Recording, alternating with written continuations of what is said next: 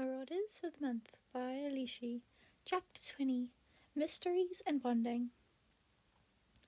All Lily needed to hear was the wince from Remus to know she looked horrible. This morning she had woken up on the common room couch, way past when she usually does, and had to rush to get ready. Why no one woke her or moved her upstairs was a fucking mystery. "You look dashing." "Why, thank you, Remus," she deadpanned, dropping her things onto the table and slumping into her chair. Remus smiled guiltily and gave her head a small pat. "If it makes you feel any better, I fell asleep downstairs too." Lily huffed, blowing a few strands of her hair out of her face and crossing her arms. "I'm fine. Now, will you tell me what happened with you and Sirius?" she asked, suddenly remembering the previous breakfast. "Ah, it's nothing." Lily glanced at him, unimpressed. The boy rubbed the back of his neck before finally giving in. "It's about me wandering off." "Wandering off?" "Yeah, sometimes I sneak off to places." "No wonder he's pissed off with you being so vague and all," Lily scoffed. Remus rolled his eyes and stayed silent for a few seconds before speaking up again. "We also argued again yesterday about Regulus." "You two really had a row about his brother?" "Yeah." Lily sat there, trying to think of why. It felt so random. Sirius and Regulus weren't that close, even now that they were talking again. What would make the two of them fight about Regulus? And then it hit her. "Oh my god, you know." "Know what?" "Who it is." Remus stared at her, licking his lips. "Lily, I'm going to need a little bit more than that." "Don't play dumb, Remus." He smiled guiltily at her for the second time today, squirming under her gaze as their professor strode into the room, silencing everyone. Lily sighed while the professor began to drone on about today's lesson. They wrote their notes together, dropping the subject until they finally got a break from the monotone voice of the teacher. "So, how do you know?" Lily asked, leaning her head against her hand while she scribbled on her parchment, starting the assignment the professor so kindly assigned. "I honestly have no idea. He just got snippy again, and we ended up arguing in the dorm. I think the pent-up energy from our previous row just encouraged him even more. James and Peter were somewhat roped in too. They looked absolutely terrified." "And you couldn't just tell him who?" "It's not that easy." Lily shook her head while dipping her quill back into the pot of ink. She could only imagine the two boys having a screaming match in the middle of their dorm. Lily had never seen one of their rows in person, but from what Peter said, they could get really bad. "Who else knows then?" "Dorcas and—" The boy paused his writing to glance up at her, nervous, seeping back into his aura. "And?" Pandora." Lily's head shut up. She would say she was surprised, but honestly, there was no reason to be. Pandora and Regulus were extremely close. Of course Regulus would have told her. Regulus telling Dorcas and Remus, though, makes a little less sense. "How'd you and Dorcas find out?" Remus smirked. "Rat place, rat arm." Lily couldn't help but chuckle. Of course they caught them. If Molly knew Dorcas knows, she'd lose her fucking shit. "Absolutely," he paused for a second. "Do you not want to know?" Lily shrugged, going back to her writing. "I mean, I do, but I doubt you'll tell me since you got in a row with Sirius about it, and I also just know Pandora will keep her lips sealed when it's about Regulus." Remus tilted his head to the side in thought before nodding. He knew she was right. Touché. Touché is right. Pandora walked into the classroom with her usual curls in neat plaits, flowing gracefully behind her back. Her bangs and stray hairs curled and framed her face perfectly like they always did. Lily felt her stomach flutter just as it had done on Sunday, but she didn't have the energy to try and figure out why. The girl cupped her skirt and sat down next to Lily, smiling fondly at the girl. Lily wasn't sure how she never truly noticed that Pandora always wears flowy skirts with her uniform. It also occurred to her that the girl never got in trouble for it. The Mysteries of Pandora Rosia.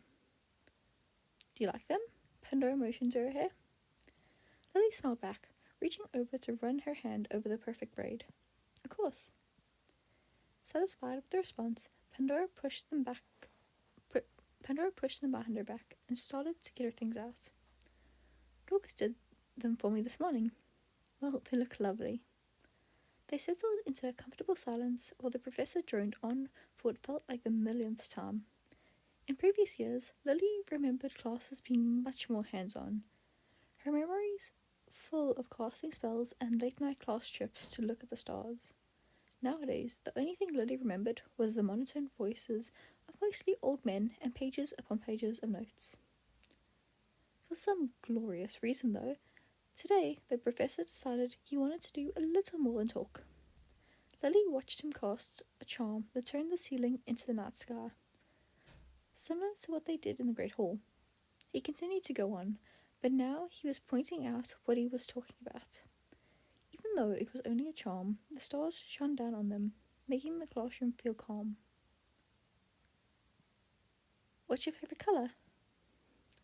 Lily stopped her writing and turned to look at the girl next to her. Pandora was lying down on the table and looking up at her through her eyelashes. For a small moment, Lily felt like something was squeezing her heart, but it went away quickly. My favourite colour? Yeah. Sage green, I suppose. Pandora hummed in acknowledgement, and Lily thought that was that. She slowly continued her writing again, getting back into her rhythm. You assist her, don't you? Lily carefully set her quill down and turned back to the girl. She hadn't moved an inch, still staring at Lily with curious eyes. Yeah? They stared at each other. Older or younger? Older. Her name's Petunia, Lily supplied. The light from the stars illuminated every part of Pandora. Her hair shined bright, just like the stars above them. Lily wanted to reach out and touch it again. Do you two get along? Used to. Not much anymore, though.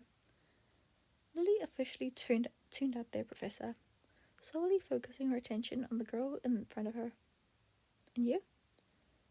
Pandora raised an eyebrow and sat back up, leaning her head on her hand now. It's just me and Evan. We get along pretty well. Lily paused, deciding how much she should ask. Do you two have any responsibilities? Pandora giggled, keeping her eyes fixed on Lily. A bit, yeah. Well, mostly Evan, since he's the heir.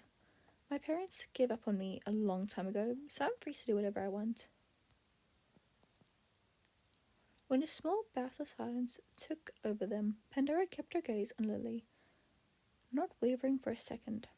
The girl wasn't sure what to do about this. The longer Pandora stared, the more nervous she got. Why was she staring? Was something on her face? What's your favourite colour? Lily croaked, gulping as she glanced away and picking up her quill just to mess with something. Emerald green.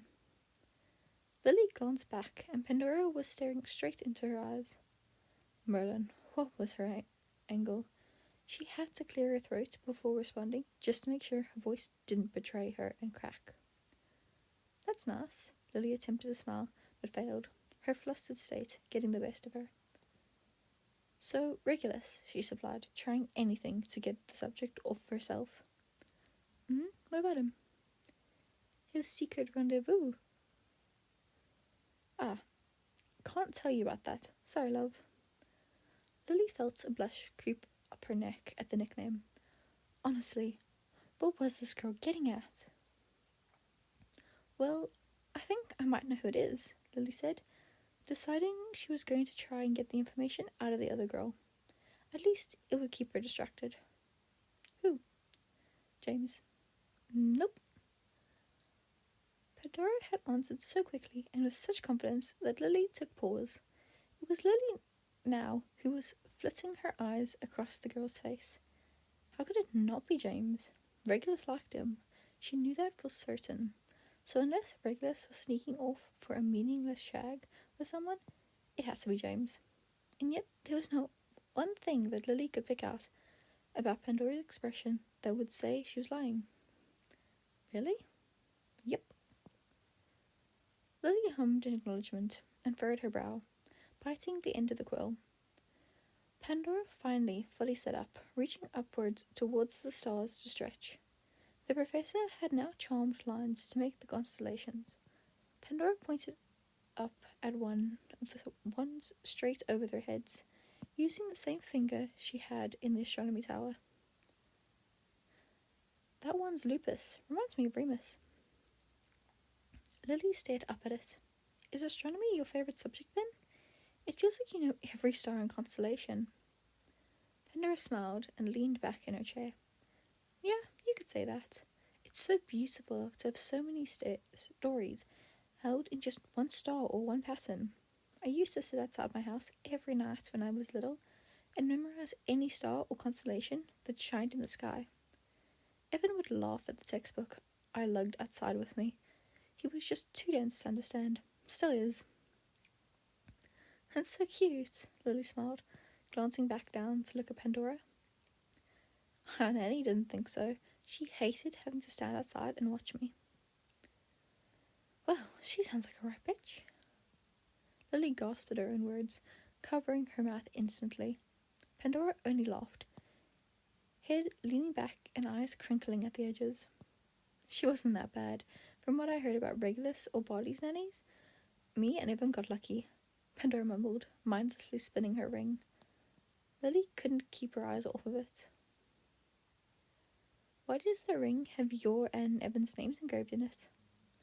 Pandora paused her spinning to slip the ring off and hold it in front of her face. She delicately ran one of her fingers over the engraving, smiling softly to herself. Twins are very special in my family.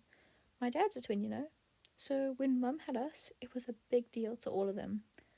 My dad's side has all of these traditions they do when twins are born into the family. One of them being the rings. Ever since I can remember, Evan and I have had matching rings. If both of us are wearing them, and I focus hard enough, I could find him no matter where he is. It's very powerful magic. Pandora dropped her hand and the ring stayed in place, levitating in the air in front of both of them. Too bad Evan rarely wears his. Lily glanced over at the other girl, finally tearing her eyes off of the ring. Then why'd you give it to me in the astronomy tower? As I said, Evan always forgets to wear it, so it has no use really. You also couldn't keep your eyes off of it. Decide I would let the ring go on an adventure. Lily nodded her head, trying to keep the shock off of her face. How could Pandora so easily give her the ring when it had so much meaning, so much history? Lily continued to try and find the answer, watching the light hit the ring just right and make it shine. It only floated for a few more seconds before Pandora slipped it back on her finger, pushing it all the way down. The girl went eerily silent for a second, closing her eyes and staying still. Look at that. Evan's actually wearing it, Pandora smiled. Where is he then? Lily asked, suddenly curious. Not in class, that's for sure. He's out of the greenhouses, likely going through my stash, Pandora hummed, slipping her wand out of her pocket and pointing it at the ring. Stash? Pandora murmured to herself quietly before answering, slipping her wand back into her robe pocket. Well, where do you think Remus got his weed from? Right, Lily had forgotten. Pandora turned to look at her and smiled. The girl opened her mouth to speak again after a second, eyebrows slightly furrowed when the classroom was flooded with light again. The moment passed and both girls looked up again to see the usual brick ceiling. Looks like we missed the entire lesson, the girl mused.